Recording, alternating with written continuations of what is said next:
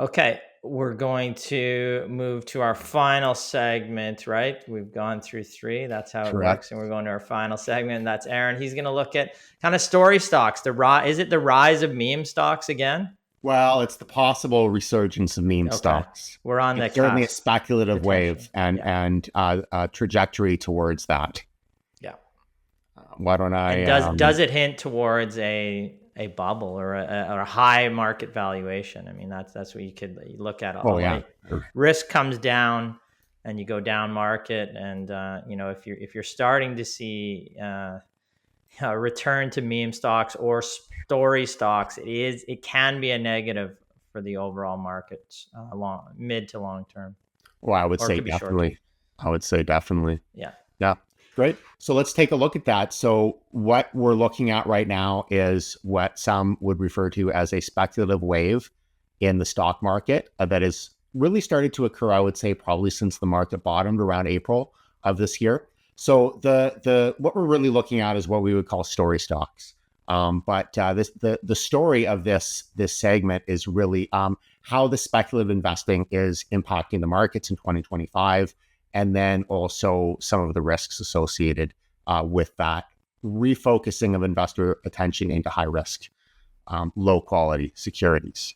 So first of all, what is a story stock? Well, I would say that a story stock, for anybody who understands Keystone's research and how we go about doing research, which is focusing on finding strong underlying businesses that are producing real profitability by selling products and services, I would say a story stock is the opposite of that. A story stock has a great story to tell in terms of being in an exciting industry or having some form of an exciting technology or something that you can look forward to in the future, but really not so much to report in terms of current progress, at least not in the form of cash flow and profitability and revenues, which is what you would expect from a business. So it's really common to see these types of companies in certain industries like technology with AI right now. Clearly, many of the AI stocks are making great money, but there are a lot of smaller companies or mid-sized companies or even larger companies that are really just trying to ride that wave. But also in other areas as well, crypto, Bitcoin. And what is really fueling this is investor enthusiasm. Once investors get excited, they think they can make some easy money. Things just kind of spiral from there. So what is going on right now? So as I said, there has been recently a lot of enthusiasm that has gone back into the more speculative part of the market. So just if you want to take a snapshot here with a couple stats to give you an example of what this looks like, 45 out of the top 50 companies on the Russell 3000, the top 50 year-to-date gainers had at least one quarter of quarterly loss in the past fiscal year. Most of them were not profitable at all. Now, there's a couple companies in there where you could say, well, maybe that's just seasonality. But in the vast majority of cases, it's not seasonality. These are just companies that aren't making money. So 45 out of the top 50 were not profitable. On average, unprofitable stocks on the Russell gained about 36% since the bottom in April of 2025. And you compare that to about 16% for the profitable companies on the exchange. So there's obviously a disparity here, a focus on companies where the story is incredibly attractive, but where the underlying fundamentals are really just not there. Now, when we look at speculation, maybe from a more quantitative perspective, there are measures of it. Now, Goldman Sachs has what they call it the speculative trading indicator. So this essentially measures the level of speculation. We won't get into the details of how it works. That's not really important. What's important is that it measures how speculative the market is with respect to investors gravitating more to high risk, lower quality, unprofitable speculative companies. So it has risen sharply in recent months and approaching levels of previous peaks. So Goldman has said recently that the STI has climbed to its highest level on record with the exclusion of the dot-com bubble and the COVID era mania in 2020, 2021. Now, I actually didn't note down exactly when they started recording this, but it goes at least as far back as the dot-com bubble. So quarter century at least, and likely a little bit longer. So that's a concern, and that's a concern in terms of the mindset of how investors are thinking right now. It's a concern really also when you look at it from the perspective of where we are in the economy, like the global economy. So there's a lot of uncertainty. There's a lot of things going on that are highly unusual in terms of trade wars, tariffs, reconfiguration of global alliances and supply chains, increases in wars, a lot of things, right?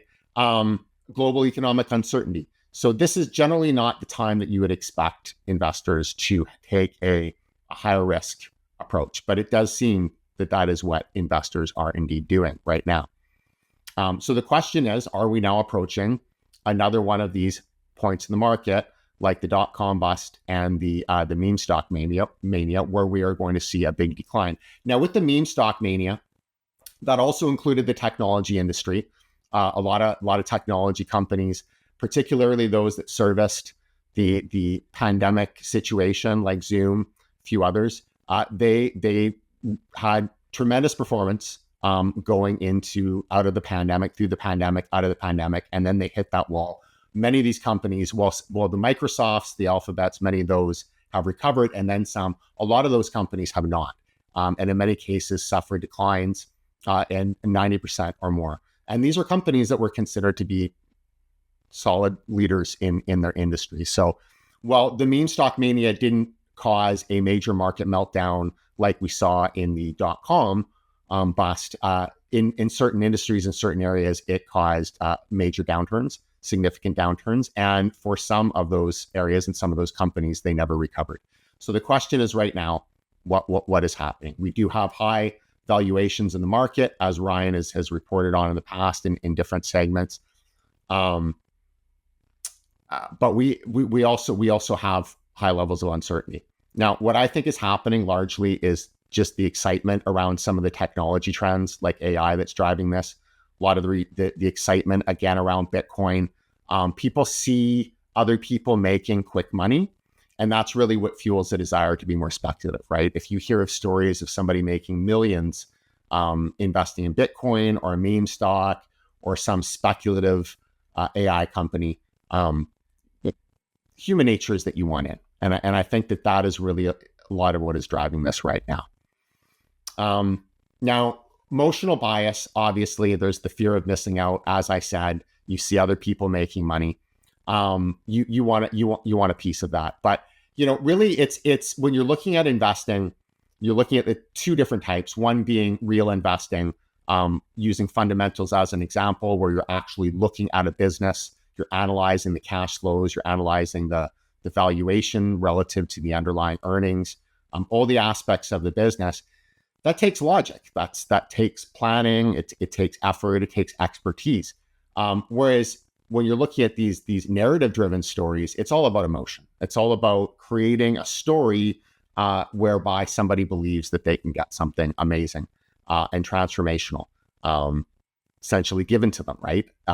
And that's always an easier sell, at least for people that are really looking for that kind of thing. So, it doesn't mean that you can't speculate on some interesting securities, but you also have to remember speculation is not investing, right? So you would do that with a smaller amount of your portfolio, akin to going to Las Vegas and gambling. You wouldn't mortgage your house, or at least I would hope not, or invest your entire investment portfolio on the blackjack table, hoping that you're going to win big money and then be able to retire that way. No, everything should be done proportionally.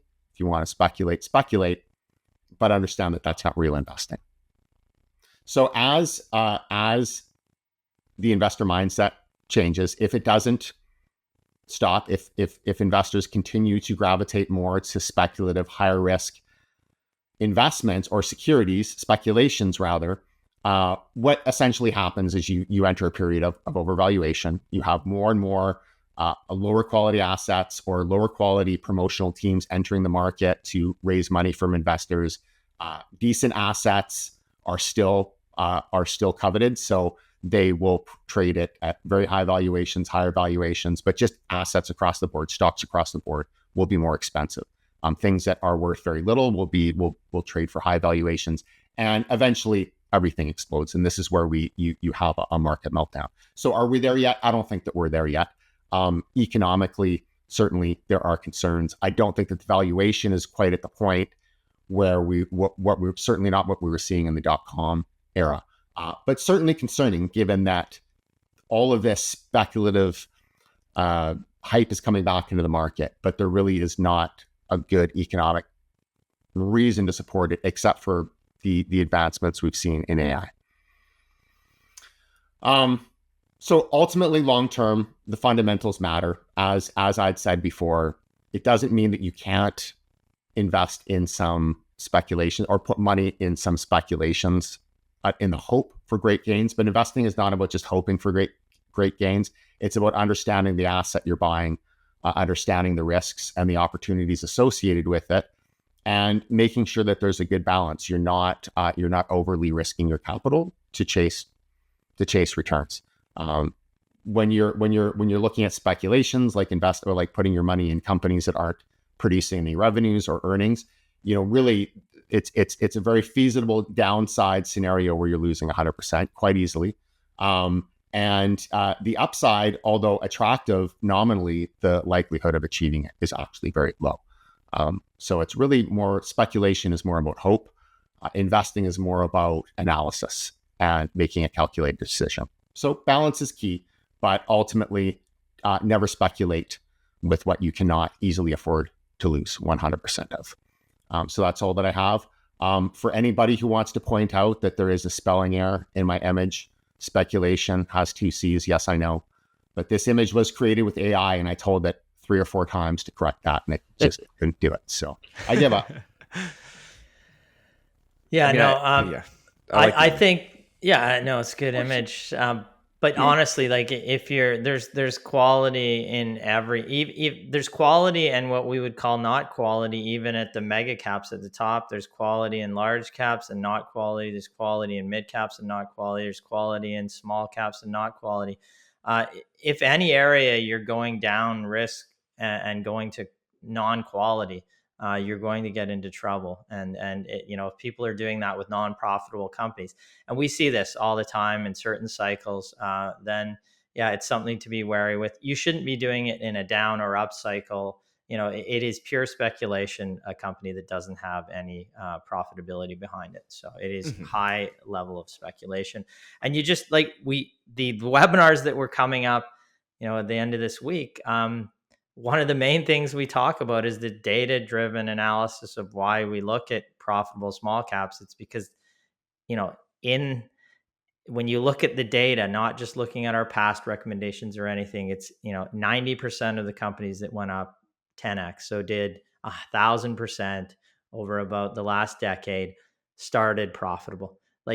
So you can think that, yes, I'm going to miss out on a business growth if I don't get in before it hits revenues, or I don't get in before it hits profitability. It's just incorrect data-wise. If you look at the numbers, you give yourself a fighting chance. The stock market is hard regardless. Give yourself a fighting chance to at least be in the circle, the area of where you find these stocks that actually do that profile. And no, it's not unprofitable businesses. Like it's 1 out of 10 in that select area that you're going to bet on the 90%, and those are profitable businesses. So it really, when you look at the data, it shouldn't be some area where you think you're going to make money. Unprofitable stocks is what I'm talking about. Don't look at those companies. Wait till they're profitable, and then you actually have that chance of finding a stock that actually can power your portfolio. And that's what everybody's looking for. So we keep harping on that. You can get these silly seasons that Aaron's talking about that could be coming right now, where maybe you'll make a little money. Most people will get their capital destroyed if you follow into silly season and buy unprofitable businesses. Soapbox. One thing that I'd like to say too is just like, relating to the image that Aaron showed on the screen there, like the speculation wave, and then, like the reality rocks. Like even if we just like related that to Air Test Systems that I'm looking at, again, they made this acquisition. They're doing more like burn-in testing for like these higher performance AI semiconductor manufacturers, which is great. They've announced this contract today. Speculation has taken the stock up significantly. And really the question is how do those rocks look? The reality rocks. How are those fundamentals in Q1 and Q2 going to look? Maybe they're going to be tremendous and the stock will, continue to just rifle higher. It could. But again, that's just the unknown. And I would say again, like with a company like that, it's got AI around it. There's certainly speculation that is driving this move today, thinking that, wow, orders and backlog is going to be, just booming. Meanwhile, management is still hesitant to, reinstate their guidance given, potential delays and pushbacks. I just kind of wanted to make that comparison. And then as well, I've beat the nail on the head so many times on the podcast, but Tesla, I've been talking about Tesla's gross margins declining. Meanwhile, the stock just continues to tear higher. And again, like they're profitable. Like I don't think Tesla is this horrible business, but there's no doubt that speculation has just continued to make sure that it's trading at sky high valuations. Which, interesting enough, with Tesla, it was really probably one of the first like major meme stock rallies from 2019 to 2021. You just saw the retail community take it from not just a car company, it's the AI automation. Autonomous vehicles were meant to be in 2017. I don't know what year it is, but we don't seem to have autonomous vehicles at this time. And the stock, it's not even performing well as a car company as far as the fundamentals go at this point in time. You're seeing declining revenues, not even growing revenues anymore, which you could make that case in 2019 through, I think, like 2023 or 4. They did at least have growing revenues. They had growing a trend through from a loss to profitability. You just don't have that anymore. So your entire speculative upside is they're going to have that dancing robot or whatever it happens to be Musk wants to put out on the showcase that year or until that falls apart because it meets reality and it doesn't work anymore. And as far as the share price tearing, it's actually still below the 2021 high, just so people are aware. It's done great the last couple years or so. But if you look even back to 2021 when there was that big speculative bubble, it's still lower, $30 lower, but it's still lower. Yeah. Yeah, for sure. And I was talking about the quality in the mega caps versus the lower quality based on earnings. I mean, you can kind of see what we're talking about there.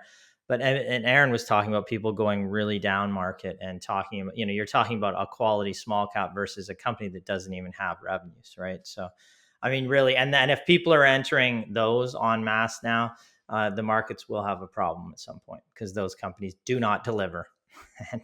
And that is where you can lose a heck of a lot of money. And we would steer our clients, anybody listening this, to not play in that segment unless you want to lose your money. Go to Vegas, put your money on black or red. You'll have a little more fun, and you probably have better odds of making money.